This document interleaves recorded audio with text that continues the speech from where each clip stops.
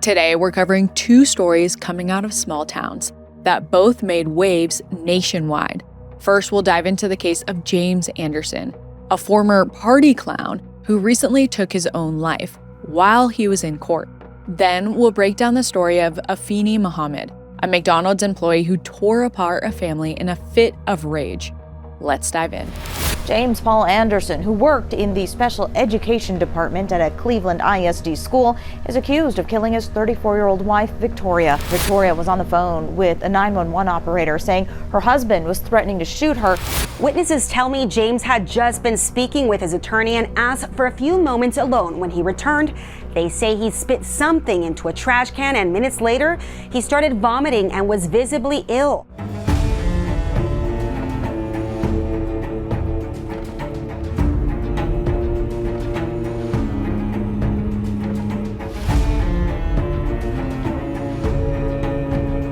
Hi, I'm Katie Ring, and this is Crime House Daily, your weekday true crime companion.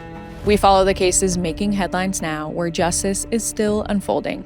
This is a First Watch episode bringing you today's biggest crime stories. Don't forget to subscribe to my YouTube channel at Crime House Daily so you never miss an episode. This episode discusses active criminal cases and breaking news. The information we share is based on what's publicly available at the time of recording and may change as new evidence comes to light. We aim to inform, not to decide guilt or innocence. So everyone mentioned is presumed innocent until proven guilty in a court of law.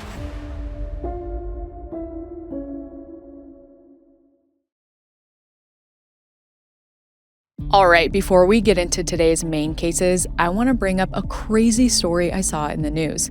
It comes out of Pennsylvania, where police say that 24-year-old Dylan Lang has been charged with homicide after allegedly shooting and killing a man he caught having sex with his mother right outside of their home. According to the Pennsylvania State Police, the shooting happened early in the morning around 3:45 a.m. on October 18th in Jackson Township, a small community in Cambria County. When officers arrived, they found 55-year-old Robert Edward Hagan Jr. dead inside a truck parked in the front yard. His pants were reportedly around his ankles, and the driver's side door was open. According to a criminal affidavit, Robert, Dylan's mother, Angela Langham, and Dylan's sister had been out drinking earlier that night. The sister went inside when they got home, but Angela stayed in the truck with Robert. That's when things turned intimate, and that's when Dylan allegedly saw what was happening. Police say he became enraged, grabbed a gun with a flashlight attached, and then went outside to confront them. I'm not saying that it's okay to kill someone because you find them having sex with your mother in the front yard, but you also shouldn't have sex in the front yard if your kids are right inside the house, maybe. Angela told investigators that her son started yelling for Hagan to get off of her. Robert reportedly complied, but when Dylan couldn't push the gun through the window, he smashed the back window instead and fired twice through the seat, hitting Robert in the upper torso. Hagan tried to back the truck out of the driveway but lost consciousness and crashed into the yard. Angela managed to stop the truck by pushing the brake pedal with her hand. When she begged her son to call 911, he allegedly asked, "Why?" And she told him, "Because you shot him." Dylan did eventually call 911 and told the dispatcher, quote, "I just shot someone in my driveway." He allegedly added, quote, "He was out here my mother in my own driveway." Police say he admitted to firing 2 shots and said that he was upset his mother and Robert had been hooking up the past few days. Dylan is now facing 1 count of criminal homicide, 1 count of aggravated assault, and 1 count of reckless endangerment. He's being held without bond at the Cambria County Prison and was scheduled for a preliminary hearing on October 27th. As always, the Crime House team will be keeping a close eye on this case, and we'll bring you all of the major updates as they roll in. Our first story today is about a 39-year-old man named James Paul Anderson, who took his own life in the courtroom on September 26, 2025. James was set to enter a plea agreement for murdering his wife, Victoria Anderson, 2 years earlier. Victoria's tragic death sent shockwaves through her community. Now her loved ones will never get answers from the man who took her life. But before we get into the story of Victoria's death, let's talk about who she was before she met James and all of the memories she left behind. Victoria Lynn Anderson was born in 1988 in Louisiana. Soon after, her family moved to Kingwood, Texas, where she grew up. As a suburb of Houston, Kingwood is a lush, sleepy town where people like Victoria enjoy close ties to their community. For Victoria, that also means being involved in her local church. As someone who's always been keen with numbers and logic, Victoria finds herself drawn to religion as a teenager because it's something that can't be explained so easily. After she graduates high school, she gets baptized, and throughout college, she travels with her congregation as they spread their message. Victoria is great at lifting people's spirits whenever they're feeling homesick. She loves arts and crafts, baking, and playing the piano and saxophone. At the same time, she's never lost her love of crunching numbers. She attends college in Nashville, Tennessee, where she studies finance and mathematics. She earns her master's degree before returning to the place she calls home, Kingwood. After years away, she wants to be near her family again. And in 2016, when Victoria is 28 years old, there's a new addition to her family. That year, she marries the man she's been dating, 30-year-old James Paul Anderson. At first, Victoria and James seem perfect for each other. Like Victoria, James loves cheering people up. In his free time, he works as a party clown, going by the name Mr. Jazz. No offense to anyone who works as a party clown, but after watching it, that would be a hard no for me. But Victoria found it endearing. He sometimes posts videos on YouTube teaching people how to make balloon art. One of them is a photo montage of some of James's more elaborate creations, with Beethoven's Fifth Symphony playing in the background. They're a bit silly, but Victoria is more attracted to James's deeper qualities, like the fact that he performs at a summer reading program for kids as a way to keep them entertained and excited about reading. He also works as a special education teacher. Eventually, he works his way up at the middle school in a nearby town of Cleveland, Texas, and becomes the chair of special education there. Like Victoria, James has a silly side as well, and a serious side. And in 2020, the couple began sharing something else too, their newborn son, James Jr., who they call BJ. Victoria is thrilled when BJ is born. Her family says he was her greatest joy and the light of her life. But the same couldn't be said for James. After BJ arrives, James goes from being the ideal man to something much more frightening. By 2023, Victoria is enduring regular abuse from James. Many people blame women for choosing bad men, but this is the reality of domestic violence. So many of them are the perfect partner until they believe they have you trapped, and then one day the switch flips. 1 out of 6 cases of abuse start during pregnancy or right after, and men like this curate images to the outside world, just like James did, reading to kids in his spare time.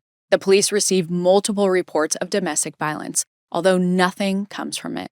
By August of that year, things haven't improved, and Victoria wants to protect herself and her child, so she files for divorce. And she is clearly afraid of James, because one day in September 2023, about a month after she filed for divorce, Victoria rounds up all of his guns, takes them to her parents' house, and locks them in her father's safe. When James realizes what she's done, he calls the police to report Victoria for theft, and James eventually gets at least one of his guns back. But that's not enough for him to cool down. On September 24th, 2023, James, Victoria, and BJ are all together. Reports don't say whether they were at their own house or family member's house, but they are in Kingwood. At around 5 p.m., James loses his temper, grabs his gun, and threatens to shoot Victoria. She manages to get a phone and call 911. Afraid for her life, Victoria tells the dispatcher her husband is threatening to shoot and kill her. Before she can say much more, Victoria's words are cut off by gunshots heard over the phone. The dispatcher quickly sends first responders to the scene. To be safe, officers from the Houston Police Department, as well as SWAT team members and a hostage negotiation team, make their way there. Once they're outside, they see the evil that James has unleashed. I've seen so many people on social media talking about how clothes are getting more and more expensive, but the quality of the fabrics keeps getting worse and worse. It feels like even designer labels are using polyester but charging the prices of real quality fabrics like cashmere, wool, and real silk. I've been searching for some staple pieces for fall and winter that are made of high quality real fabrics that will actually last. And if you're in the same boat, you need to check out Quince. One of my favorite parts about Quince is that they are working directly with ethical, top-tier factories so you get high-quality clothes, ethically sourced, for half the price. I'm also on the quest for the world's comfiest bed, so I ordered their linen duvet and the mulberry silk pillowcases. For anyone who has asked about the hair, 100% silk, not polyester satin, is key to protecting it, so I'll make sure to report back on those. Step into the holiday season with layers made to feel good, look polished, and last. From Quince. Perfect for gifting or keeping for yourself. Go to quince.com/CHD for free shipping on your order and 365-day returns. Now available in Canada too. That's QUINCE.com/CHD to get free shipping and 365-day returns. Quince.com/CHD. On September 24th, 2023, Houston authorities pull out all the stops in response to Victoria Anderson's 911 call. It's possible that they already knew how dangerous James was, given Victoria's past reports of domestic abuse against him. Now, when police, SWAT, and hostage negotiators arrive, all they know is that James has threatened to shoot Victoria. They also know the couple lives with their 3-year-old son. They quickly realize just how serious this situation is, because James has barricaded the front door. Officers draw their guns and inch closer to the house, trying to find another way in. But as they get closer, they make a horrifying discovery. Through one of the front windows, they spot Victoria's lifeless body on the floor. Officers need to try and get James to cooperate before anyone else gets hurt. They begin speaking with him and determine that the 3-year-old son, BJ, is thankfully still alive.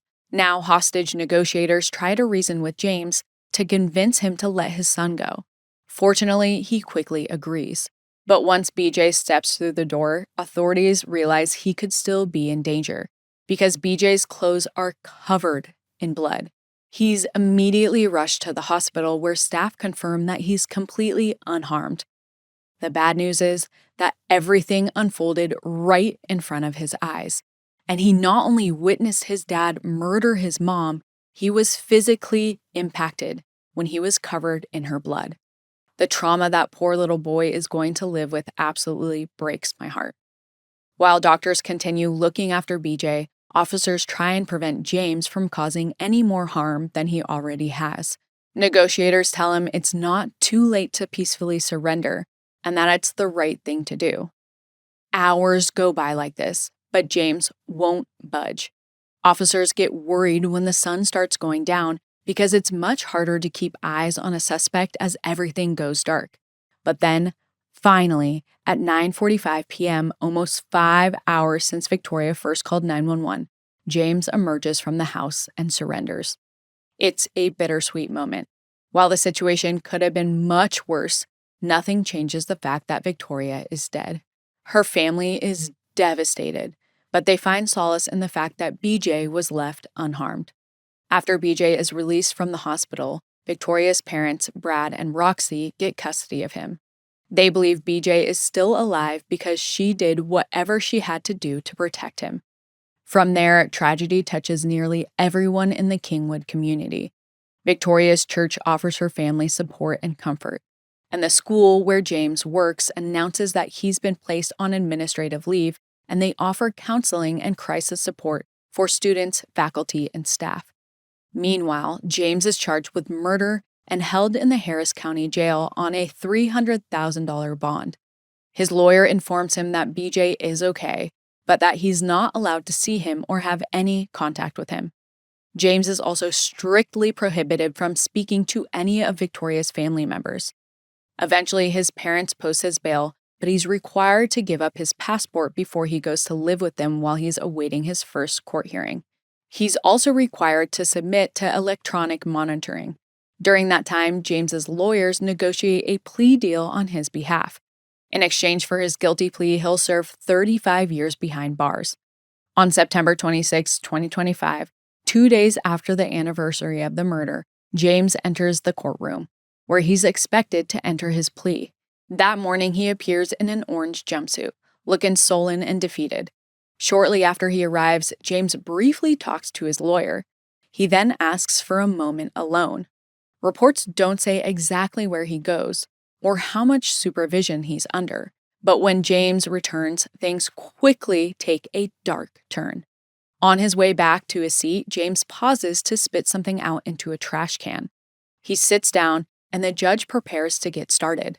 But they don't get very far before James suddenly vomits, and soon he's unresponsive. Court officers quickly remove him from the room and attempt first aid. They administer Narcan, which is used to prevent opioid overdoses, but it doesn't help, and James is rushed to the hospital. Everyone in the courtroom is left stunned.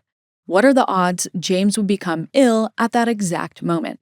However, James' lawyer realizes there's something suspicious going on. His lawyer stands up and peers into the trash can where James had spit something out. That's when he spots a small plastic bag containing a brown crystalline substance. The lawyer shows court officials the bag, and the substance is tentatively identified as methamphetamine. This would make sense considering Narcan is used to treat opioid overdoses, and since meth isn't an opioid. That could explain why the Narcan had no effect on James.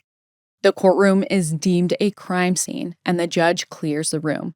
Meanwhile, at the hospital, doctors are unable to revive James, and he's pronounced dead at 11:05 a.m. Once again, James and Victoria's friends and loved ones are left reeling from shock and tragedy. Because of James's actions, his son will grow up without either of his parents. Although in these cases, I feel like in the end, it might be better for the child that the person who murdered their mom isn't in their life anymore, and that they don't have to have that constant reminder. Victoria's parents' main focus now is to raise BJ to become the kind of person his mom would always want him to be. Maybe one day Victoria's family will get the answers to some of the questions that James left in his wake. Currently, authorities believe James intentionally overdosed, but the results of his autopsy are still pending. Once that information is confirmed, investigators will have to figure out how James managed to smuggle drugs into the courthouse. We'll be keeping a close eye on the latest updates in this case. In the meantime, Houston authorities are trying to spread awareness about an increase in domestic violence in the area. If you or someone you know is in need of help, you can contact the National Domestic Violence Hotline at 1-800-799-SAFE. That's 1-800-799-7233, or text START to 88788.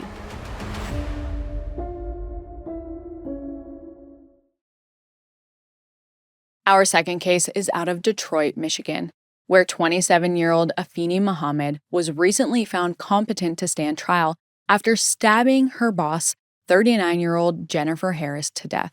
As authorities learned more about Afeni's violent past, they decided to try her as a habitual offender on second notice, meaning she's gotten into trouble more than once. Her next court date is scheduled for November 14th, 2025.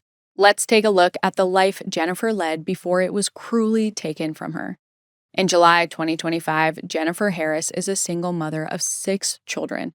She has a close relationship with her kids, who say she's the best mom anyone could ever ask for. Jennifer's coworkers love her too.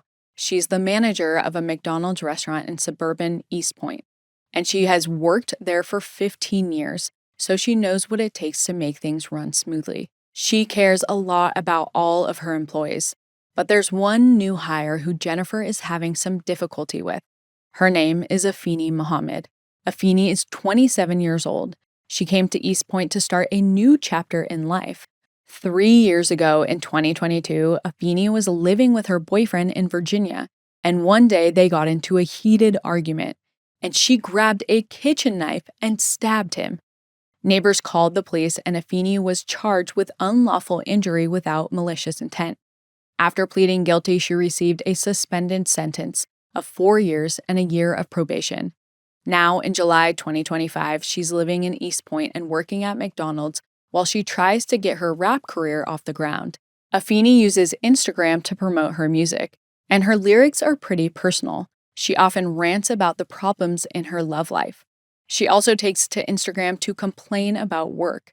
That month, she posts a video in her McDonald's uniform complaining that her manager is a, quote, bully who sent her home early. Let's check out that video. She's a bully. I'm telling you. She's a bully. She could keep being a bully if she wants to, but that is going to catch up to her. Reports haven't provided specific details, but we know Jennifer wasn't happy with Afeni's work performance. And Jennifer is clearly the manager Afeni's complaining about on Instagram. However, it seems like despite Afeni's errors at work, Jennifer still wants to make her feel welcome. She even introduces her to her kids. But that doesn't mend the rift between the two women. On July 10th, Jennifer and Afeni are both working the early morning shift when Afeni makes a mistake. Jennifer corrects her, which only makes Afeni mad, and the two begin arguing. As manager, Jennifer gets the final say and she sends Afeni home again. Afeni's fed up, and she storms out of the restaurant. She says, quote, "I'll be back." Once she's gone, the rest of the staff get back to work, this time without distractions. A couple hours pass and they're in the midst of the morning rush when around 8 a.m., everything grinds to a halt as Afeni storms back in through the employee entrance, and she's clutching a kitchen knife. The other employees scream and scatter, but Afeni's not after them. She's after Jennifer. She tracks her down and corners her. Jennifer has no way to defend herself when Afeni stabs her 15 times. The commotion draws attention from the customers lined up in the drive-thru. An unnamed man who's parked near the window can see the chaos ensuing inside. He has his concealed carry permit and he's got his gun on him. He pulls it out and fires a warning shot into the air. The shot startles Afeni, who takes off. But the man is still watching her, and as she runs outside, he gets out of his car and chases her down. She can't outrun him, and soon he grabs her. Then the man holds Afeni at gunpoint until police arrive. Once they do, Afeni is taken into custody. Pretty soon, she realizes the harsh consequences of her deadly actions. She's held on charges including first-degree murder and carrying a dangerous weapon with unlawful intent. The murder charge alone carries a life sentence without parole if Afeni is convicted. Since she already has a record, prosecutors want her to be tried as a habitual offender. On top of that, her bail is posted at $25 million. Authorities clearly believe she's dangerous, and when the news of her past charges surfaces, the public agrees. But more than anything, people in East Point want to honor Jennifer. On July 14th, her family holds a vigil at the McDonald's in her honor. Jennifer clearly made a huge impression on her community in her lifetime.